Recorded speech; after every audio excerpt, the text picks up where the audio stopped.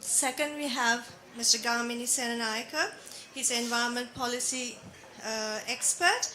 He's a chartered engineer with nearly 40 years of experience, and he also has a master's in business administration. He is also currently the key expert for Switch Asia, sustainable consumption and production national policy support component for Sri Lanka. The other two panelists are actually on the ground social enterprise initiative personnel. So next we have Achala Samaradivakara, co-founder and director of Good Market. She has a bachelor's in management with postgraduate training in rural development business administration.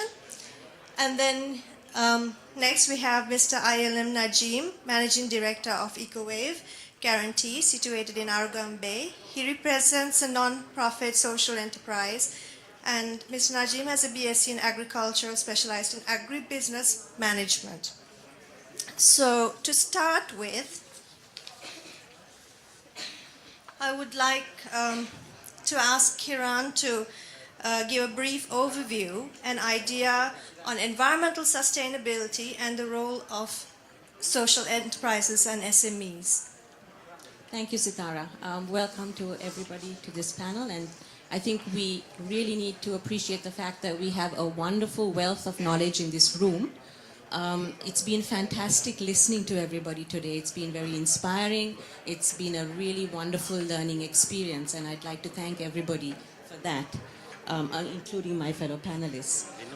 I'd just like to say that we are in the era of purposeful business, whether we call it social enterprise, whether we call it responsible business, whatever we want to call it.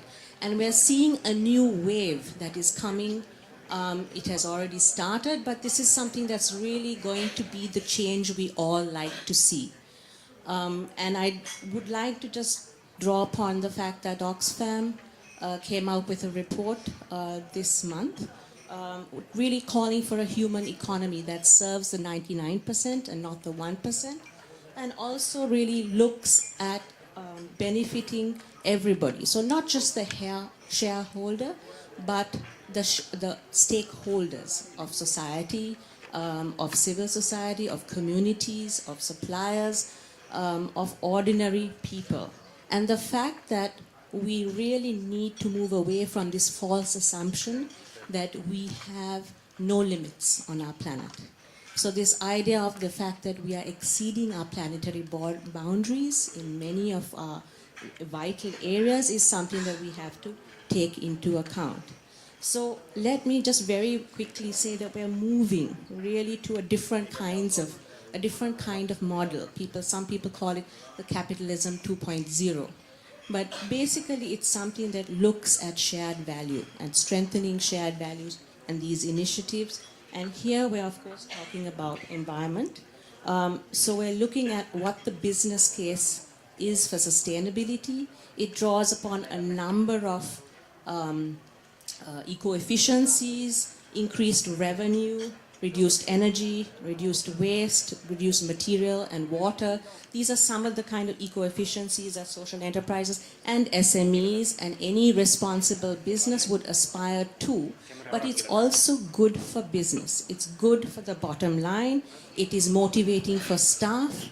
It is something that you are able to retain your staff because you have motivated staff, and you're able to reduce your risks in terms of revenue and expenses. So there's a very strong business case for sustainability, which is absolutely proven. It's something that's documented, whether it's a Harvard Business Review or in the small entrepreneur who is doing these things and benefiting from it.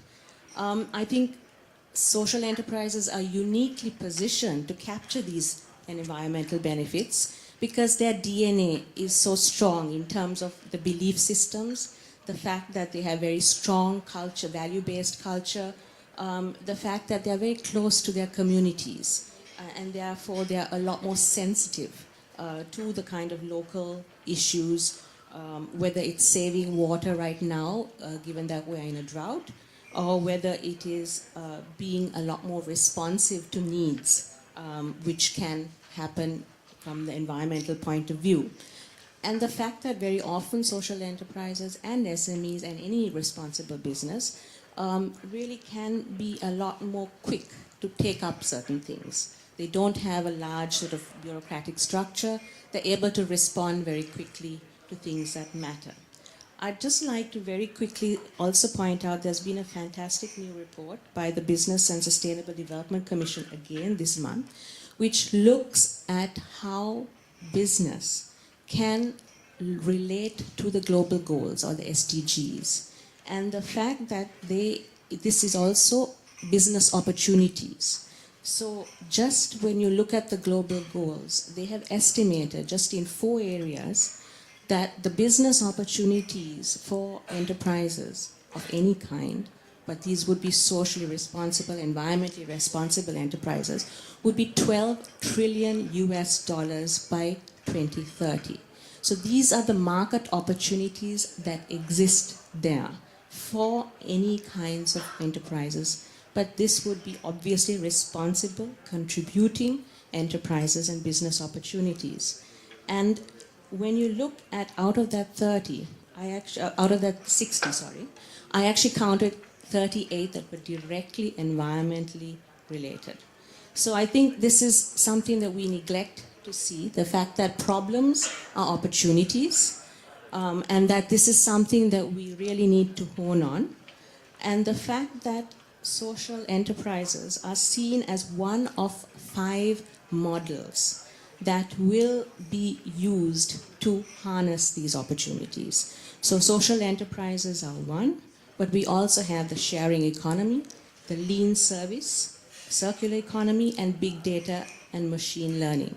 So these are the 5 kind of modalities that would harness these kinds of opportunities that are to come.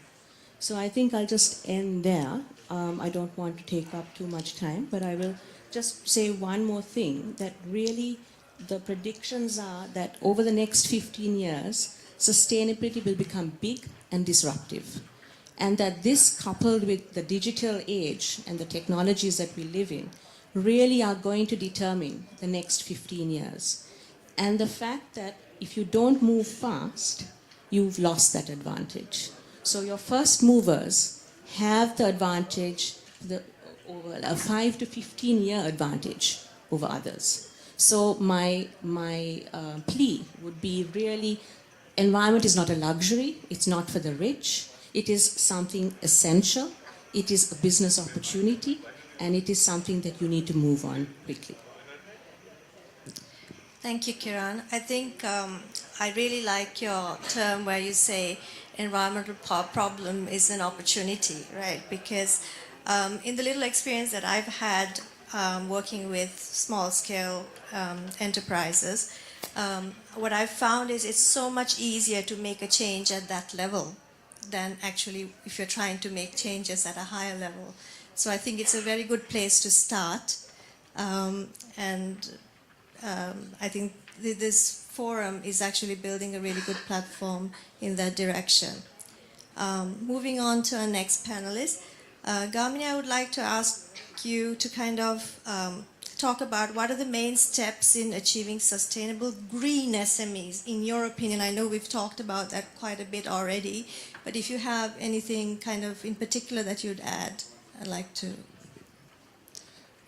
Thank you, Sitara, and thank you, Lalit, for giving me this opportunity to share my thoughts. For the greening of SMEs, sustainable production is very important. For sustainable production, one has to understand and also put into practice a few basic principles.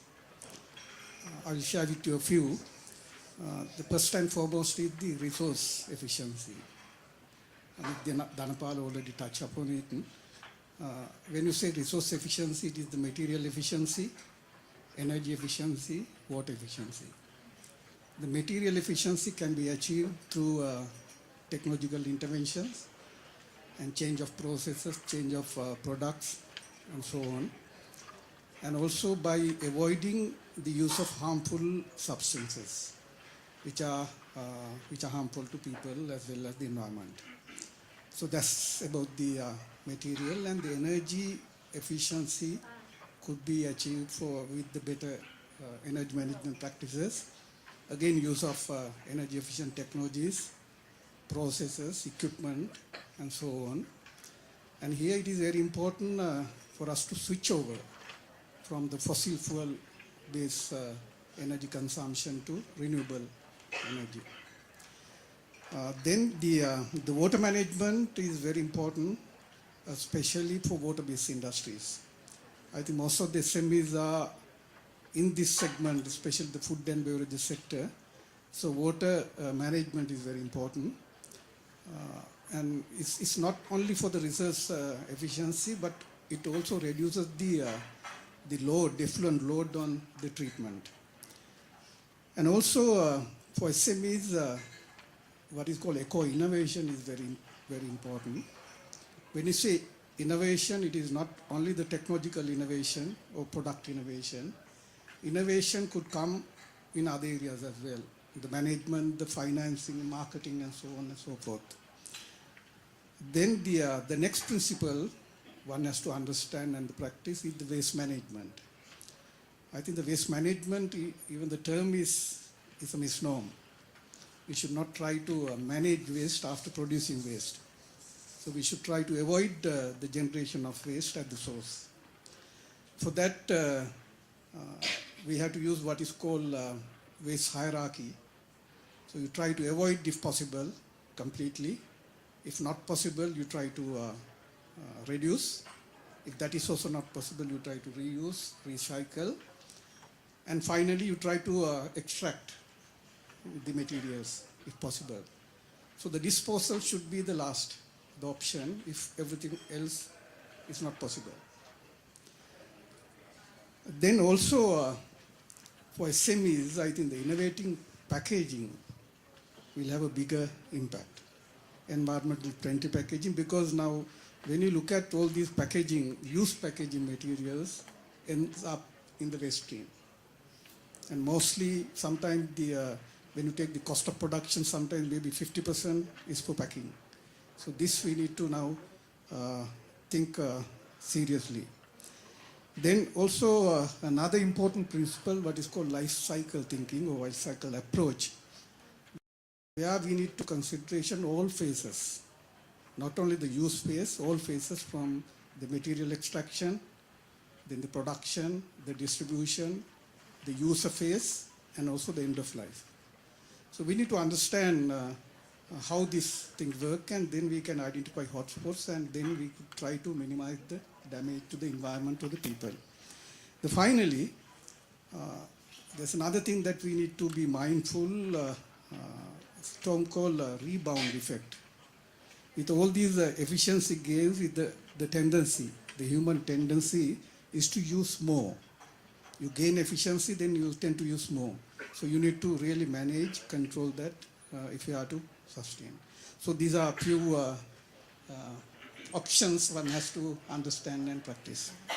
So with that said, I mean, I know like in this forum, like it's been said that Sri Lanka has made a big move towards social enterprise and greening SMEs and so forth. But I would like to ask you your opinion, whether you think that there has been enough backing globally and locally to actually move in this direction. And I'd ask you to please bring in some experience from the Switch Asia program as well. Certainly, there's a lot of support program globally as well as locally. Now, with Dhanapala mentioned already about the SDGs. I think with the adoption of sustainable development goals, the entire world is moving in one direction. So these goals, one thing is universal, it's common to all of us,